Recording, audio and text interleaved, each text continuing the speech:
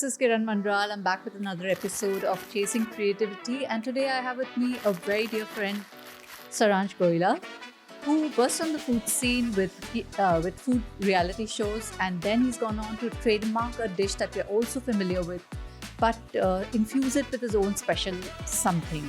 Goila's butter chicken. Welcome to the show, Saransh. Thank you, Kiran. First of all, it's a pleasure being here. We became friends on Twitter, and that means we are pretty dated. Yeah, we're carbon dating ourselves now. This was way back before you even launched your butter chicken. Absolutely. And I've been watching your journey since. It's amazing, it's inspiring. And it's everything a young person who wants to get into the food scene but doesn't know what to do. It's like a, step by step, how do I get there? So I'm very curious, Saransh. I just learned that you're a Marwari. Yeah.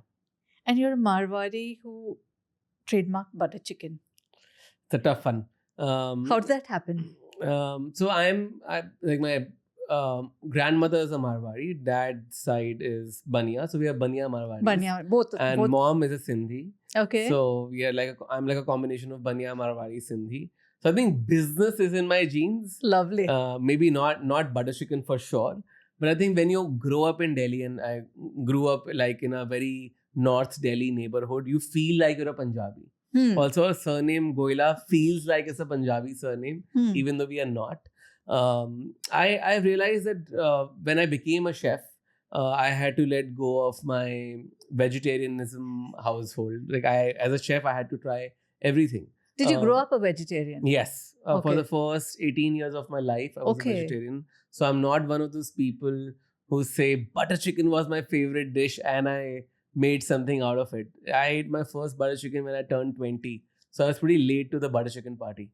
That's very, very interesting. You were late to the butter chicken party, but I'm sure there was always food on the scene while you were growing up. So how did the interest in food come about? How did that start? I think, if you look at 2 decades back where Indian households were still pretty stereotypical, where housewives or women of the house are supposed to be the cooks and men do all the work. And now it's fully shifted.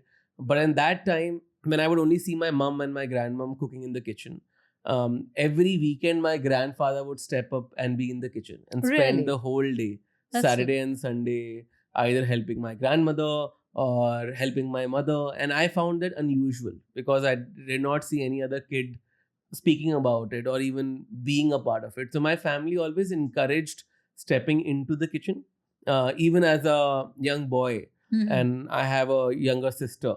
So it was never like, "Arey, ye ladka hai, so why should he go to the kitchen?" So they were very supporting of the fact that food was our happy place.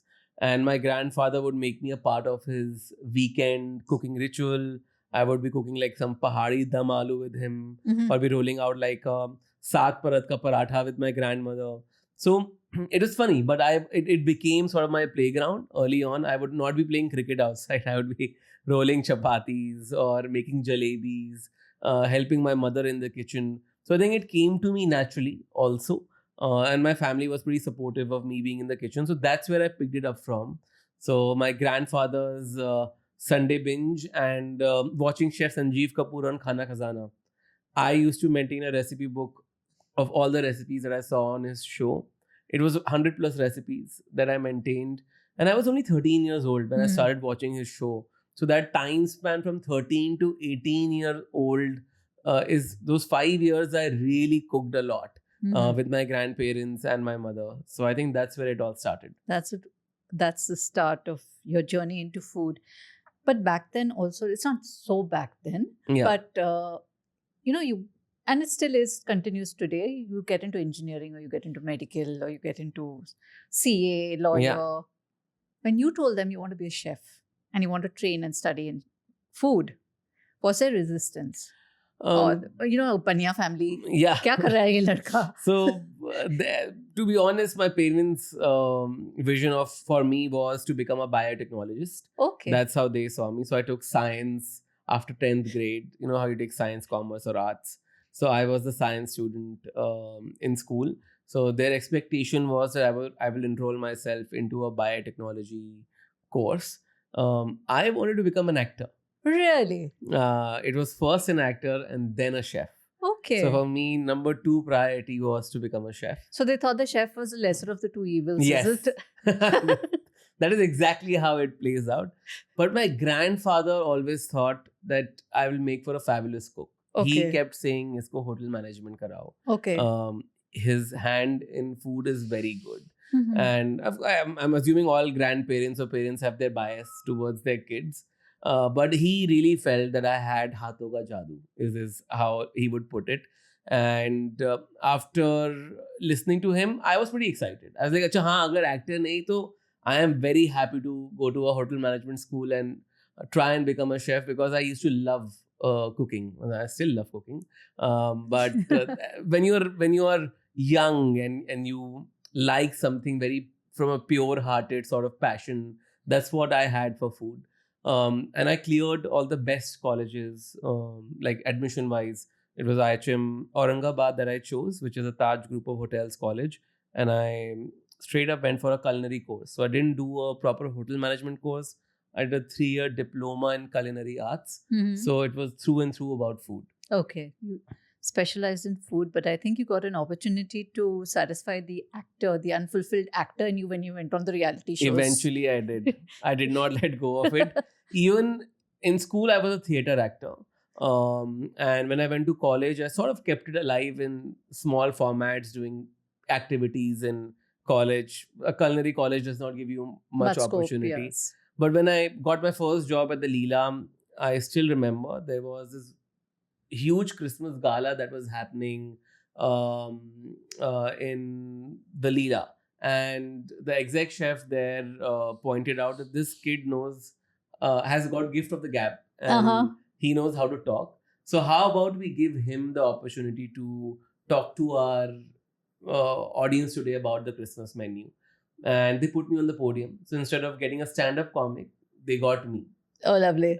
So they were like, you leave the kitchen thing, you go out, and you. That was your first taste of That was an my first taste of being a food presenter or a food MC in a way on the stage, and I did so well that they gave me a bonus that month, and I quit my job. You quit your job. After that, because I realized that I am actually so good at this that not many people have the skill of being able to speak or orate about their love for food. So I realized that the way I can talk about food, not many other people can. I can explain myself, Mhm. and that gives me an edge over other people in the industry. So I straight away quit my job, moved to Mumbai, and I did an acting course. Mhm. I went to Barry John's acting studio This is a very interesting nugget. I did. because I had this weird idea in my head that if I became a professional chef and a professional actor, I could combine the two and become a TV chef. Okay. So I thought that there was a way of cracking this from technically and Mhm. not just be like, "Arey, mujhe TV pe koi show de de to maza aa jayega." So was Sanjeev Kapoor like an icon at that point? 100%. Because you were watching him from 13 to 18, you said. Yeah, he was the mentor. He became a mentor later, but for me, he was my idol. The way he presented himself on television, the way he conducted himself, the way he narrated his recipes, people were like, we were all starstruck for 2 decades. Mhm. And so I think I used him as an example to be able to crack this in a way where uh, I actually dropped a show reel to his office saying that I'm a chef Mhm. who's also an actor after graduating from Barry John's acting studio, where I did a 6-month course, and I made a show reel of me doing a little cooking show. And I heard back from them 1.5 years later. Oh, mother of Christ. 1.5 years later. I got lucky that they remembered me. Actually, I find myself lucky there because I had knocked a lot of doors. At that time, there was NDTV Good Times, there was Fox and Travel, there was Nat Geo, there was Food, Z Cafe. They were like the food channels are mushrooming up everywhere. But I think the CEO of Chef Sanjeev Kapoor's channel remembered me. Mhm. And they were going to do this reality show called Maha Challenge. Mhm. And they said this young boy might just fit perfectly in that show. So let's invite him for an audition. So that's how I got my call. And a little risk to reward ratio is how I look at it. I think my risk paid off. It took some time. It paid off in 2 years of me quitting my job. But once I found that opportunity, I held on to it with my whole soul. And then I was the youngest participant on that show. How Maha old were you Challenge. then? I was 24. 24. Okay. And it was, the show was spread over 13 weeks. It was pre MasterChef. MasterChef India was just coming to India, and Chef Sanjeev, and he's always ahead on these things, so he launched his own MasterChef called Maha Challenge. And Madhuri Dixit was the co-host on that show. And yeah, after 13 weeks of battling it out on the set, I went on to win that show. And I think that changed my life, because the winner of that show gets to do his own show on the channel called Food. So that gave me that opportunity that I was looking for. And cherry on the cake was the show that I got as a gift after winning this show was a travel show. Okay. Which fully changes my life, because that is a travel show where I got to travel to 60 cities of India, 20,000 kilometers by road across 100 days. And I was almost 25 by the time that show was filmed and I was done. I think I started looking at food very differently from where I started to what I experienced, to what I wanted to become. I think it changed my entire notion about food. I was like, oh my God, I know nothing about Indian food. And I realized that people or chefs cooking in the kitchen also knew nothing about Indian food, what we were taught, what we learned on the job. It was only an iota of the ocean. It was all untouched. Like in today's day and age, now we speak about regional cuisines, we talk about different communities. Not so like recently, like 2010 or 2012, I remember nobody speaking about litti chokha or speaking about dhuska from Jharkhand, or speaking about a cheese from Jammu, Kaladi. So all of this has come to the forefront now. And I got to see all of that 10 years back, and I felt like I felt pretty rich as a person, because I had gained so much from just traveling, meeting people in different cities, sitting in their homes, sharing meals with them. And it was a very simple formatted show. It was literally about you just show up to somebody's house. We had done, of course, some research. We had spoken to people. And it was pretty free flowing. They're like, you feed him whatever you want to feed him. And people in India are incredible, because they will pull out as a khazana. They will take out, okay, I got this mithai for you from this person. This lady has been making it for 40 years. And suddenly you start realizing the value of food in our country. And even though I run a butter chicken venture, but our cuisine is not just about butter chicken, Of dal, course. and naan, right? It is so much more. So I remember that you brought out a book on this entire journey. And I remember moderating that conversation Yes. at the launch. And because I had to moderate the conversation, I read the book. And I remember thinking that this guy is so lucky. A, he gets to travel. B, he gets to eat. He gets to be on a show. And then after that, the book came out. And after that, you went in a different direction completely. I mean, you had your show, of course, but you got into entrepreneurship. Yeah. And you sort of, I would say, patented the butter chicken with a very different texture, flavor, all of that. So how did this idea of taking something as generic as butter chicken and making it your own come about? Sometimes it's, as in you rightly pointed out, that I was going on a very different path. I wanted to be this chef traveler who collects recipes from across the country. Sometimes life just has different plans for you. And in my story, it turns out to be butter chicken. Every time I'm asked, is this your favorite dish? And I tell people no. Butter chicken is not my favorite dish. I think it is a dish that is so loved that when I found a good recipe of it, I think it became my favorite thing to cook. Because while I was pursuing my TV career and I was traveling across the country, I used to do these food pop-ups in Mumbai, where I would meet people from Twitter, from Facebook, friends whom I had met. I had not never met, but Yeah. I'd met them online, but never met Face physically. to face, yes. So I would invite them to my Yes. home, or Yes. sometimes to my pop-ups, to come and experience my cuisine or things that I've learned from my travels. And butter chicken would feature there because it would remind me of home. I'm from Okay. Delhi, or Of my Delhi. friends would love butter chicken. And interestingly, the butter chicken recipe that I was making was derived from a vegetarian recipe, Okay. which I had made for my parents because my family is fully vegetarian. No Goila has ever eaten butter chicken apart from me. They haven't even been tempted to try yours? No, because they get exactly that, but with paneer. Okay. Vegetarians or people who eat butter paneer masala or paneer makhni sometimes feel cheated because they are like, oh my god, look at the butter chicken eaters. They are all like licking their fingers, ordering extra naans, while we have to eat mithai because there's too much sugar, too much cream. For some reason, they make the butter paneer look like like a shahi tukda. I don't know why. So I wanted to change that for my parents. So I made a recipe which was robust. It had extra smokiness. It was low on fat. It had a bouquet garni of spices, so it had more depth. Good balance of khatta, meetha, only fresh tomato, no puree, no ketchup, things like that. So I think they loved. They said this is the best butter paneer they've had in my life.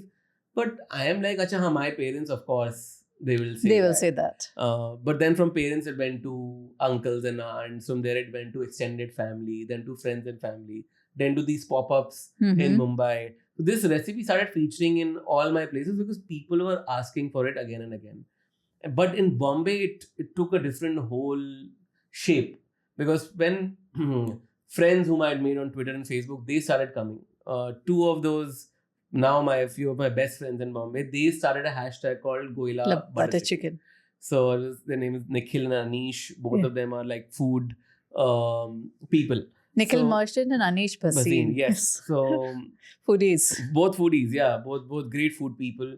So they made this hashtag. And that hashtag picked up on Twitter and Facebook, where people started asking, where do you find this Goila's butter chicken? And it literally started hounding me. Like people started catching me at airports.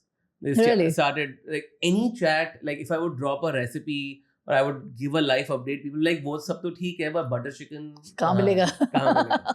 It literally was that my life became about this butter chicken even before the venture launched. So I realized that it would be a disservice to not give people this recipe. I in fact shared the whole recipe on YouTube. You did. So that they can make it at home. But they're like, ye milega kahan? We want to eat it because you invite people at home. This is not done. You can't be that elitist chef who's inviting people at home but not serving people who love what you do, your recipe. So I think I got sort of caught up in this emotion of wanting to serve people. That recipe that they wanted to be served. And my friend and co-founder Vivek, he had recently moved from Indore to Mumbai. He was my batchmate from college. Okay. And he's the one who had seen this recipe being made in college. Because I actually came up with this recipe back in college. Okay. So, and that's when I had made it for my parents. And I had no clue it's going to become what it has today. So he moved here and I took that as a sign that I'm like, you know what?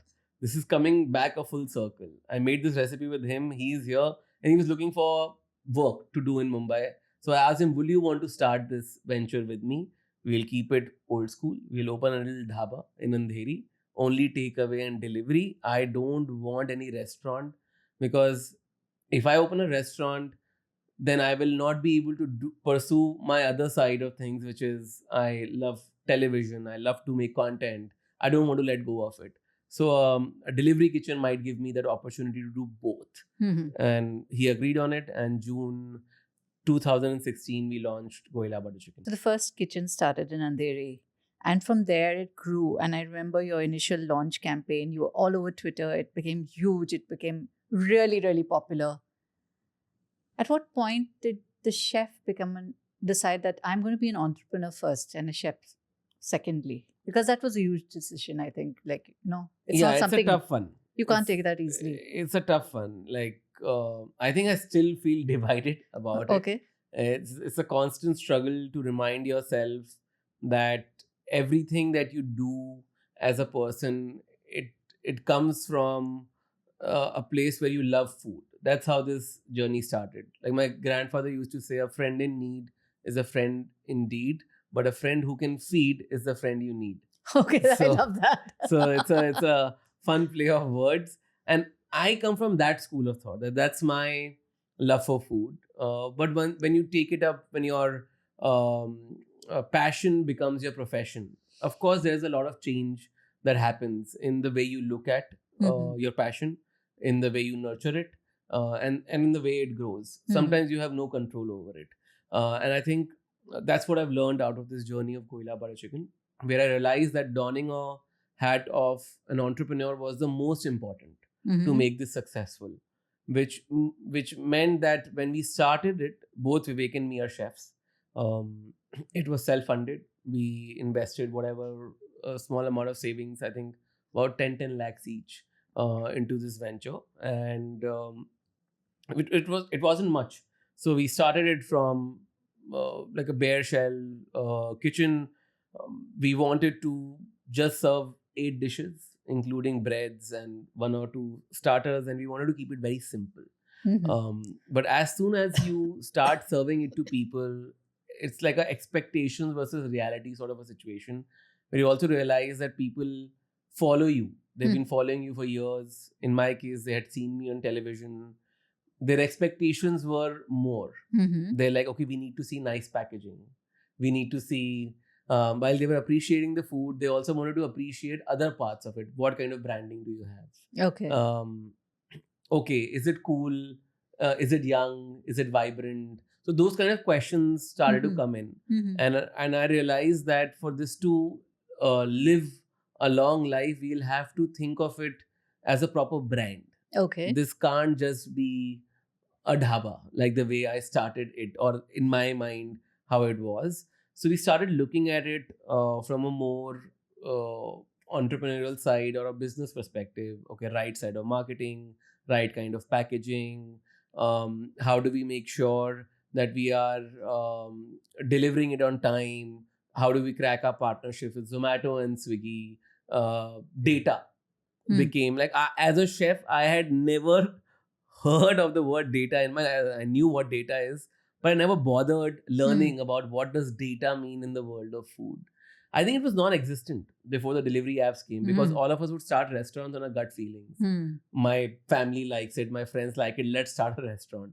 Or you would feel there's a gap of an Italian food restaurant or an Indian food restaurant in this market, and you will open it.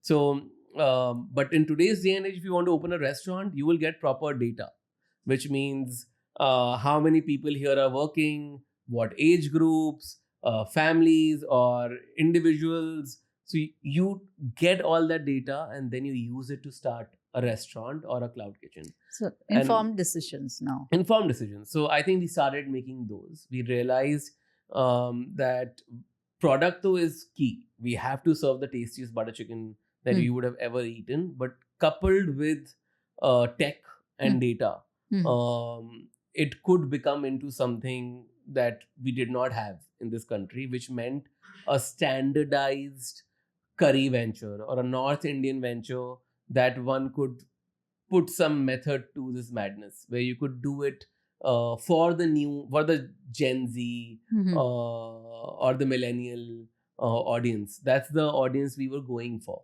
So I think that's where I started to realize that I will have to be more open to looking at this venture from a different perspective, and not just as a chef. So I started going to a lot of panels where I met founders for different brands. I started meeting a lot of different kind of founders, not just in the world of food. Okay. Which meant founders who started F&B brands, maybe retail brands or D2C brands. So that really opened my mind that it's not, as a chef, I don't have to think of it from a unidimensional standpoint that a chef can run his kitchen only like this. I realized there are several possibilities of running this business.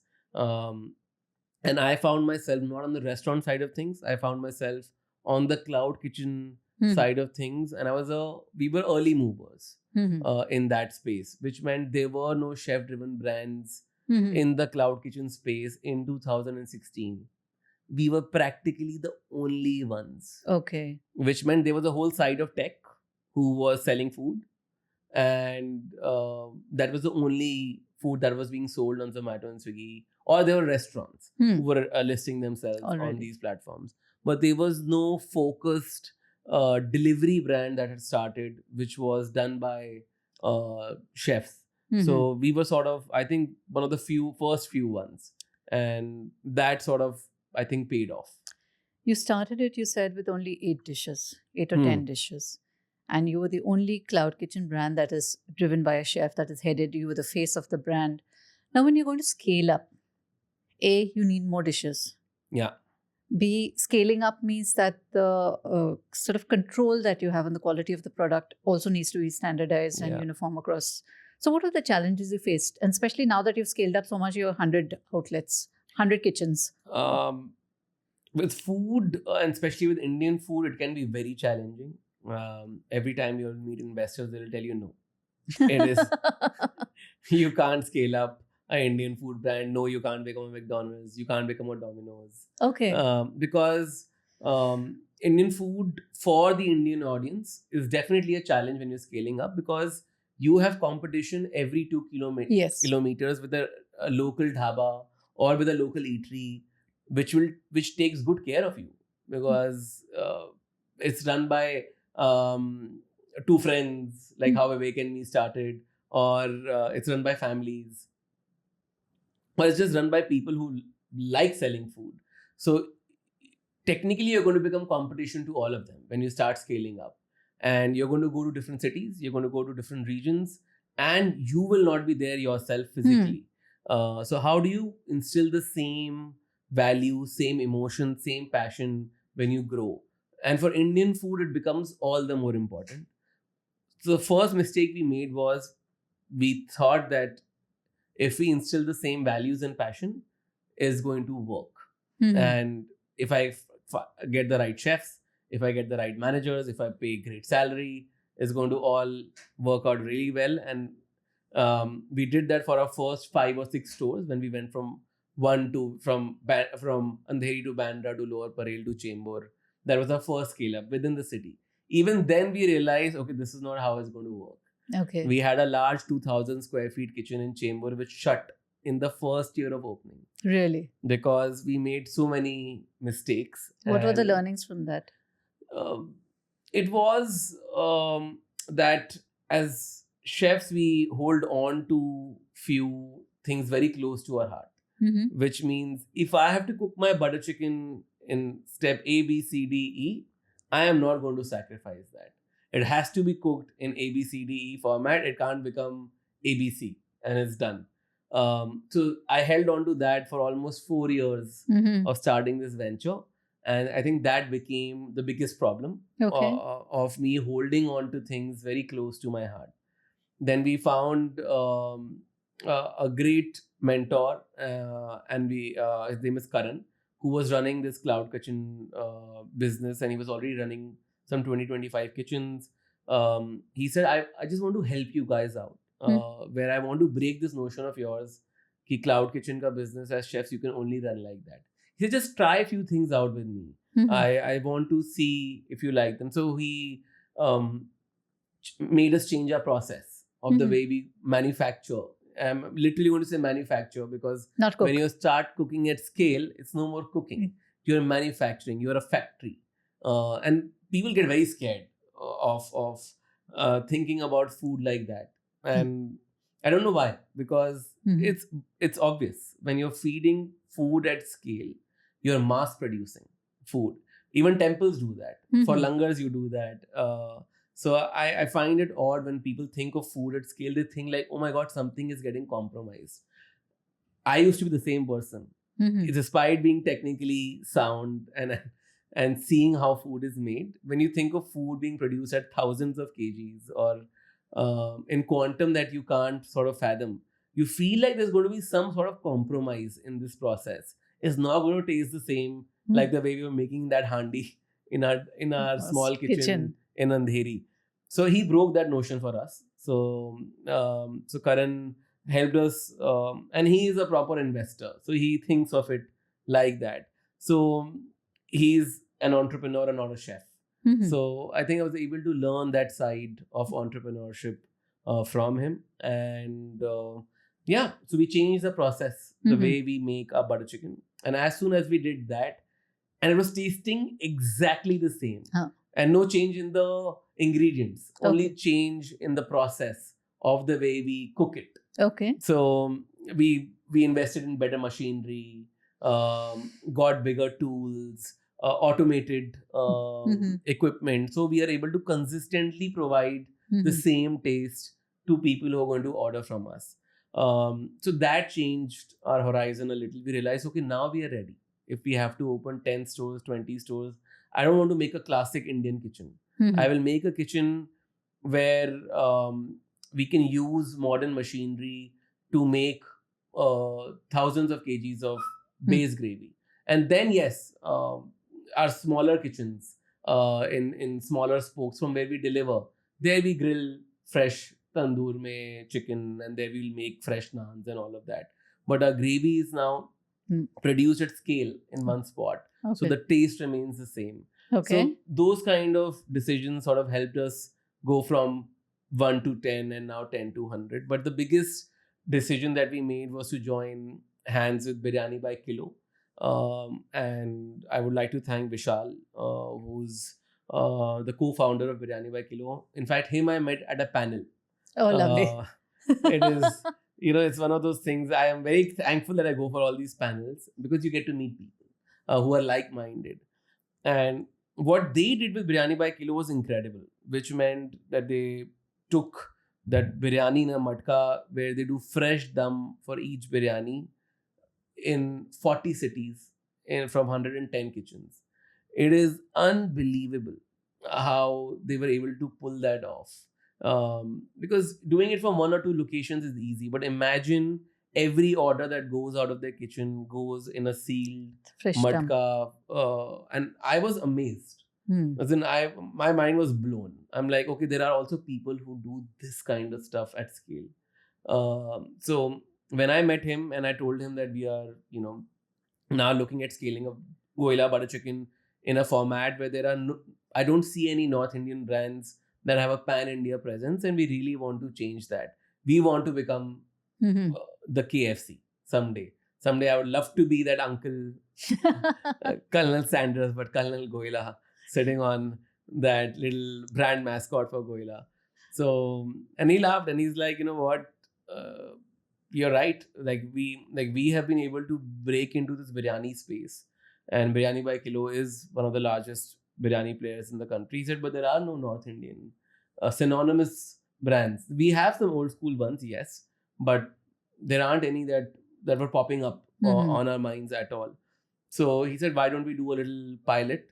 How about you start Goila Butter Chicken with us in Bangalore? We'll plug you in our 8 kitchens in Bangalore, Hmm. and let's see where it takes us. So that happened in 2022 and 23. So Okay. for a year, we did a pilot where we Okay. launched 8 kitchens with them, tried it out. We found a lot of love in Bangalore. So we Mhm. realized that, okay, even outside Mumbai, the brand has legs and people appreciate our food even outside the city we were born in. And that made both of them, Biryani by Kilo and Goila Butter Chicken, confident that, okay, this sort of marriage can work out for us at a pan India level. So, yeah, so we shook hands with Biryani by Kilo, and now we are scaling all across India with them, and hence we've been able to do 100 stores in the last 18 months. It's been Lovely. incredible. As well as going international. Yes, we have a presence in London. We have 2 cloud kitchens there. Hopefully, by the end of year, we want to go to the Middle East. As I said, now from being that person who wanted to say कि एक ही होना चाहिए in Andheri. Now the vision has changed to, oh my God, this needs to travel the world. Like, it'll be a shame if Goila butter chicken is not there in at least 50 countries in the world in the next 10 years. Lovely. So wherever I travel, I should find a Goila butter Yes, chicken. you should be able to do that. We would love to be that Indian brand who went from India across the world. And, we Indians get very glamorized when Western brands come to our country. And I think it's time now to do the reverse, where when we go out to the US or the UK or across Europe, we should be able to spot some cool Indian brands. And I don't mean that just for Goila. It could be there are so many good Indian food brands now, and Indian chefs are already traveling. Yeah, they are.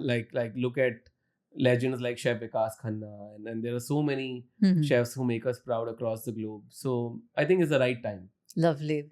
Wish you all the best in that. And I'm hoping to eat from Goila butter chicken when I travel abroad next. I'm also curious because your process is taking food which has been time tested and which is traditional, but yet you have to bring in something that is contemporary, something that is unique. So, what is your creative process for your recipes? That's a great question, actually. As I said, we cook food for our future audience in a way, to put it out like that. Today's audience is very well read. They have everything at the tip of their fingertips. They can Google anything and they would have information about whatever they like.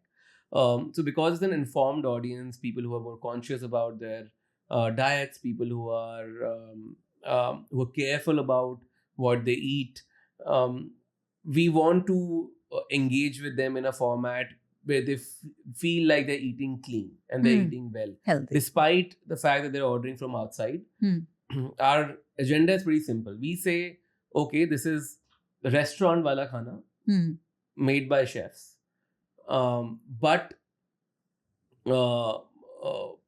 it is going to make you feel like you are eating at home. Okay. So which means we are using our chefness or our technical knowledge to be able to give you food that is tasty but without that addition of extra ghee, extra makhan, extra sugar. Because I don't appreciate that myself. Like, I also want to be able to order from Goila, which means as a person who loves his food, who loves ordering in, I don't want to be the person who's also selling food that I might not order myself. So we try to imbibe that philosophy, and I think that has helped us. We feel like people end up ordering more from us because then they think of us as a brand that's friendly for lunch, as a brand that's friendly for dinner as well. So we've expanded a menu which fits different times and pockets of the day. If you want to indulge, yes, there are a couple of dishes on the menu which are very indulgent. You will want to eat once a month and then you don't want to go back to it. And then we have dishes on the menu, let's say our chicken curry or rajma chawal. Very, very Every old day. school basics. But I feel like nobody takes the effort to do these things well or clean anymore.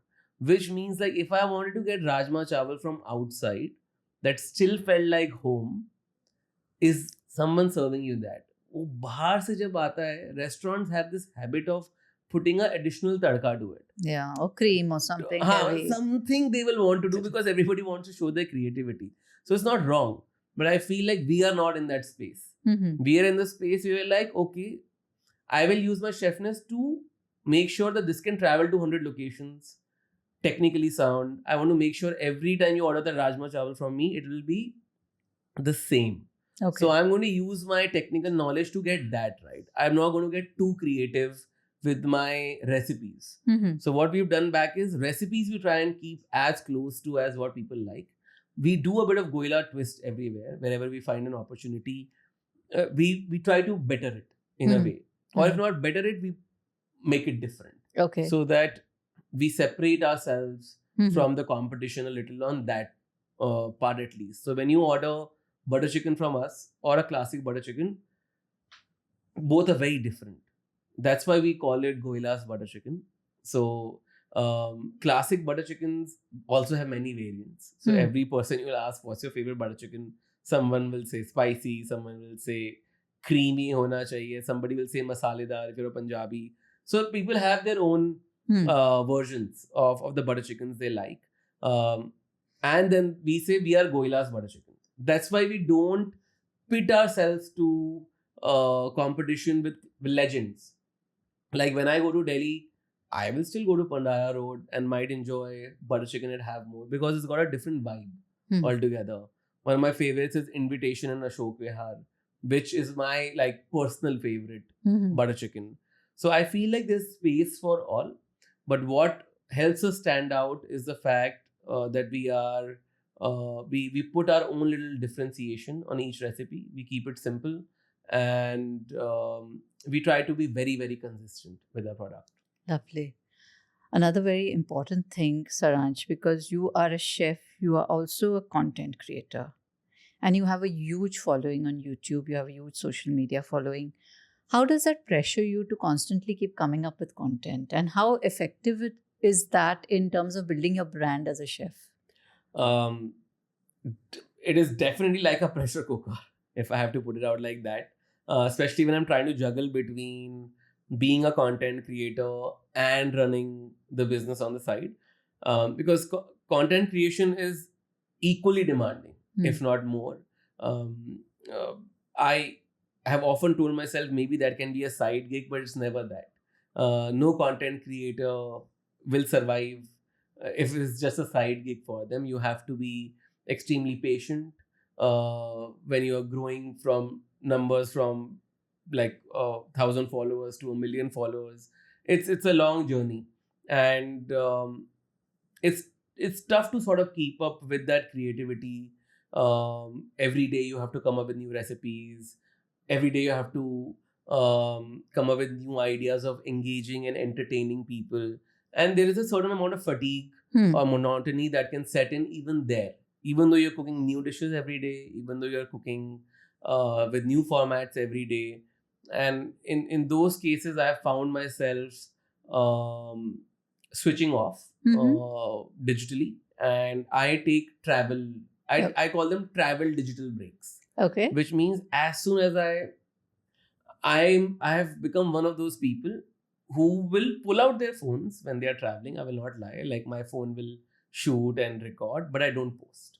Mhm. I travel, I enjoy, I let myself soak in the beauty of the city and the conversations I've had with people sink in. 2 weeks later or 10 days later, I will upload that content Okay. and I'll get back to my digital life. So I have started taking long digital breaks. As in the digital world, 7 or 8 days if you're disappeared, It's like yeah, it's the kiss of don't know death. if you're alive or not. So yeah, so I've often started taking these. I think every 45 or 60 days, Okay. I do a 1 week digital Detox. detox, and I use that time to travel and learn more. Lovely. I am a big Anthony Bourdain fan, and his words always stick with me. You know, where he says that when you travel to a new city, um, there is something that you leave, and then there are scars that the city leaves Lives on on you. you. And I feel that is true for even small trips that you do to, like, recently I went to Patna, and oh my god, there was this girl who took me around the entire city very sweetly. She said, I'll take you to my best mithai shop. I'll take you to where I grew up when I went to college. This was the guy I used to get my pita from. And it's things like those that really change your perspective again and again about food. And it reminds you of why did you start on this journey in the first place. So I think I find that very inspirational, that those simple food trips, 2 day trips, you just go and it changes everything. Lovely. What's coming next from Saransh? Oh, I think next is first is upkeep of these many stores. It's an uphill task. I wake up with 30-40 DMs of Mari packaging theek nahi aayi. Today there was less chicken in the butter chicken. So with great power comes great responsibility, sort of a situation where I'm like, now we've opened 100 kitchens, we have made so much noise about it. Now we have to keep up with the pressure of delivering the promise of the brand. So that is the next year of the next 12 months look like that for me. Plus I am, of course, as I said, I love content. I am building, I'm writing a show, ott show where I want to um, share Indian food stories a little differently with Okay. people. So I'm working towards that and building that. That is something that I'm very passionate about. So between that and Goila Butter Chicken and sharing reels with people, I think there is no time to do anything else. I love the fact that you're going back to where you started from. Yeah, I feel like reels are great. I'm not going to take away from short format content, and because I also make a living out of it, so I'm thankful for that. But I do feel like, after having done this for so many years, I feel like going back to it. I feel like meaningful content, that 60 seconds maybe आप बता सकते हैं. You can express yourself, of course, but the joy of telling long format stories is just different. So I don't want to forget where I started from. So I think it's an attempt to go back and see if people still like watching food content this long. Lovely. Final question. You never did tell us what your favorite dish is. Oh, my favorite dish, yeah. Because I've said so many times butter chicken is not my favorite dish.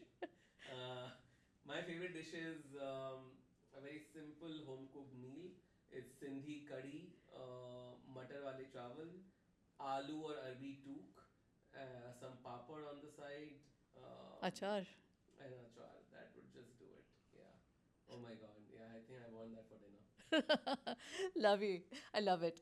Thank you so much, Saransh, for Thank all you. Thank this you. information, which I think anybody looking to get into entrepreneurship should definitely listen to. And all the best for going global. And I hope that we're feeding you butter chicken for dinner. Definitely. Now you've got me salivating at the thought of it. Thank you. Thanks.